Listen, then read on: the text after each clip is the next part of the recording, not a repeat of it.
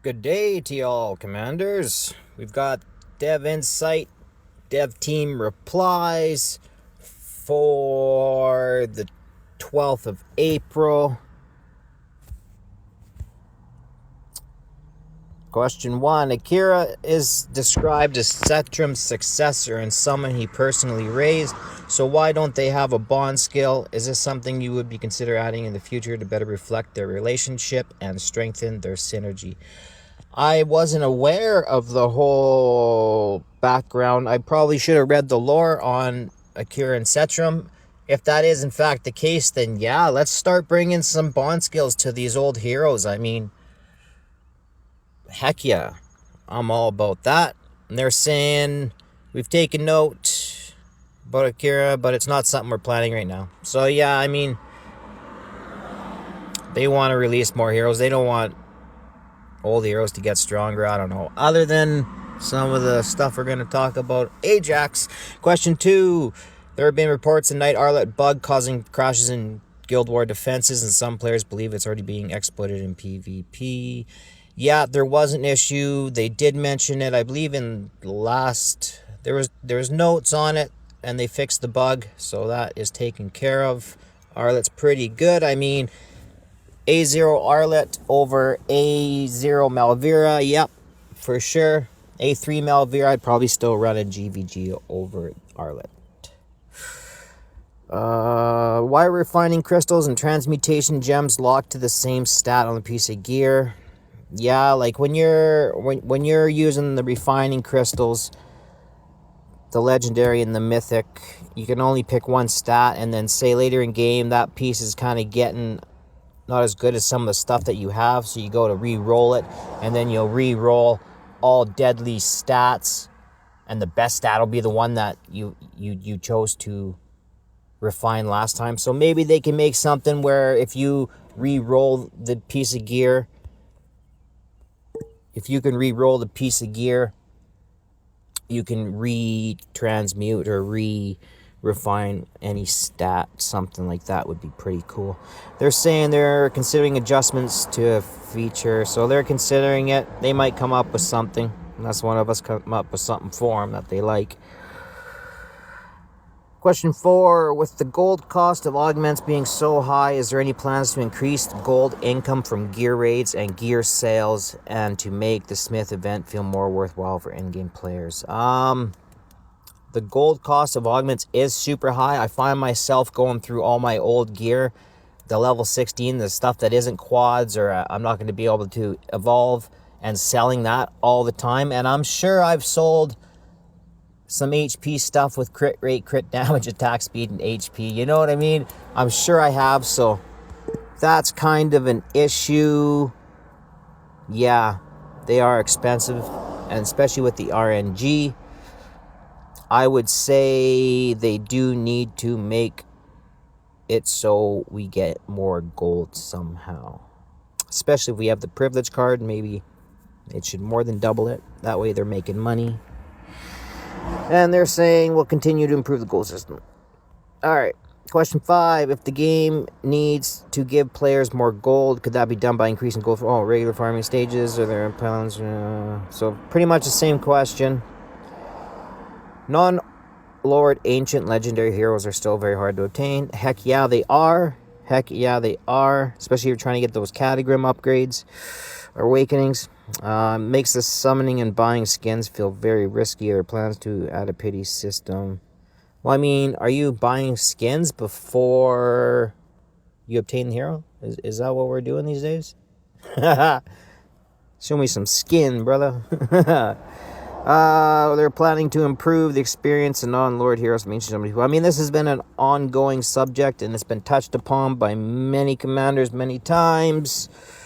And they did do something to it, and apparently it was good. I don't see any issue with it. Yeah. Also, Ajax, I believe, is easier to pull now. Ymrit as well. Because they don't go towards your Lord pity. Question 7. Beyond releasing new heroes, are there plans to add more actual gameplay content and new modes for players who feel the current endgame has become a bit stale? Well, I'll say one thing.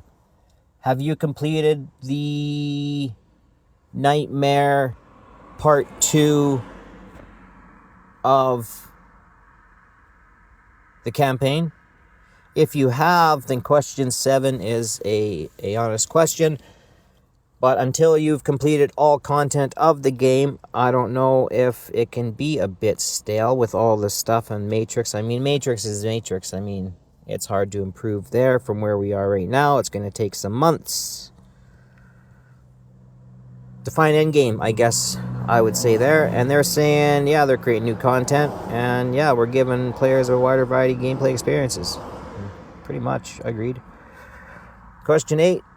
When I spend a large amount of resources in exclusive artifact rate-up events and still miss a featured artifact, it can really feel discouraging. Yeah, it can. I pulled thousands of pulls last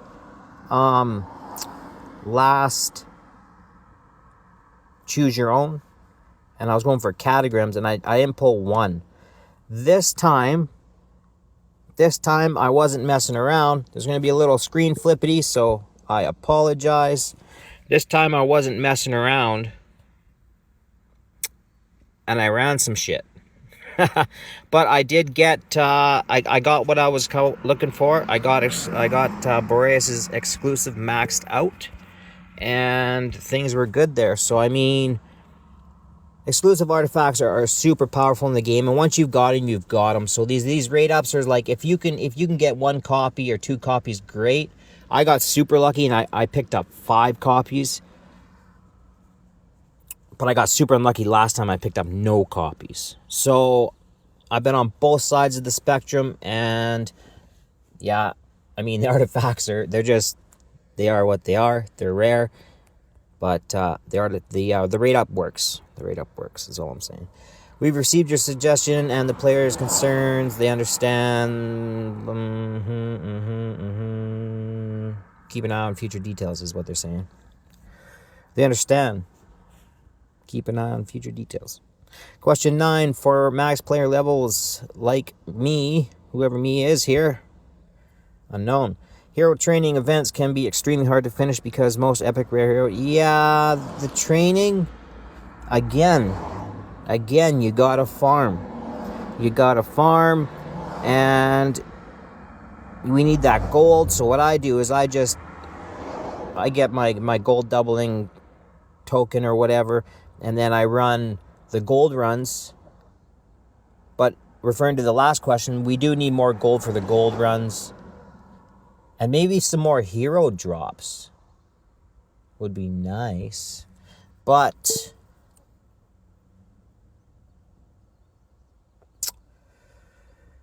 yeah, they're saying dev data is also being reviewed internally, and we're currently reevaluating possible optimization plans. So they're using a bunch of big words, and at the end of the day, it's pretty much an answer like they always answer. And yeah. But yeah, you gotta farm. You need the gold. I mean, you're not trying to get first place all the time. Although if you're in a category where they're under 10k, you could probably get that first place. But there's 30, 40, 50, 60k out there sometimes. Okay.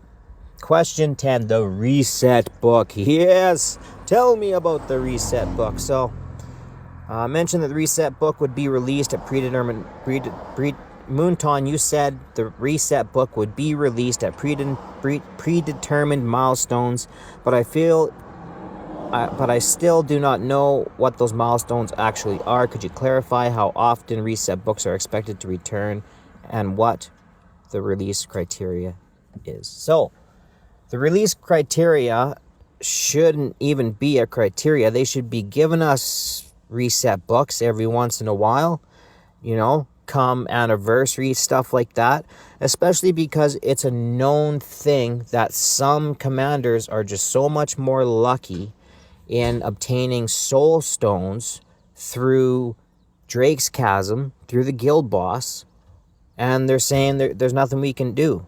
Okay, well, there is something you can do. You can give players the reset book, right? Players that have been super lucky with soul stones, have soul stones pretty much everywhere they want them. And they might even have a couple saved up. Players that haven't been unlucky, they've had to do things to get the places at the time, and now that the meta has shifted, they need to take those 5 soul stones, probably 25 or 35% of the soul stones they have. So that will alleviate the whole, some commanders are luckier than others. Not in a way where they're getting a bunch of soul stones, but in a way where they can at least work with what they got. I want a reset book. I think many players at my level need one. And they're saying we'll announce them in advance before related. Well, yeah, they've always been announcing them. I mean, they even said, we might give you a reset book, and then it never happens. So, yeah. Give us a reset book meantime. Question 11. I feel that exclusive artifact rate-up events still do not provide enough real value, even after a large amount of farming and forging. Oh, yeah, it's a same.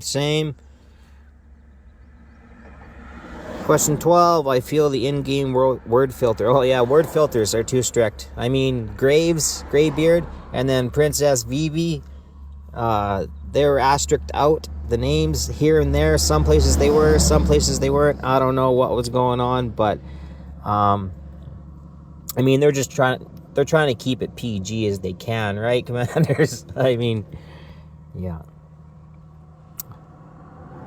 Okay, 13. Question 13. Boolean and Odyssey. Yeah, okay, so the Boolean is one of the newer stages of Odyssey Quest, and you pretty much need a privilege card if you don't want to run like 3,000 runs, and even you got to get lucky if you do. I went ahead and bought a privilege card, honestly, because I did 2,000 runs. I didn't even get one. And then I brought a privilege card, and I did another 2,000 or 3,000 runs, and I got several. The Eternal Boolean drop usage has been... it's already been optimized. Okay, so what they were saying, they're going to include getting Boolean from different sources. I think like Guild Boss drops or wherever the case might be. Anywhere you get them. Question 14, Ajax. Holy, did you guys hear about Ajax? Ajax Awakening's performance is major concerns for me right now. Is there plans to improve Ajax? And I don't know why people thumbs down this. A buff for Ajax is already a schedule, because it's on its way. It's in the mail. And like, he's going to double his base damage basically, and then also his A1's going to give him 30% penetration. He's going to be probably a Matrix monster because of his powerful short alt, especially if he got his maxed out exclusive and his A3, okay? And then GVG, there's going to be some chaotic teams now, especially in Gon's getting a rework. So yeah, Ajax has been handled. Be on the lookout for these chaotic teams that are going to be popping up. Question 15. Corridor of Glory currently runs for quite a long time. Hurts the overall. Yeah, I mean, it does and it doesn't. It's like, I've had times where I forgot to farm, and I'm like, oh crap, how much time's left? And it's like 1 day and whatever, 15 hours. I'm like, okay, I got time. And then sometimes it feels like, man, I already did all my farming. I'm like, I need to do this stuff, but I don't want to waste all that on like a Brave Conquest that I already have maxed out. So I understand where he's coming from, but I mean, farming's not supposed to be quick and easy. It's supposed to be long, drawn out, and appreciative of the wards over time. So they're saying Corridor of Glory already runs a set of scheduled breaks between. Yeah, pretty much. Question 16. In the fishing event, I feel that lucky gold is too easy to accumulate. Fishing event, the lucky gold. That fishing event, what people are doing? They're just doing their 10 casts, and then if they're not seeing a red mythic catch, they're just closing out the game. I'm sure of it, because their scores out there are just ridiculous. I mean, lucky gold, doesn't matter how much they make it, everybody's going to get all of it. So that's it. Question 16, that's it. That's all. Okay, yeah, as always, appreciate your time. Hope you enjoyed it.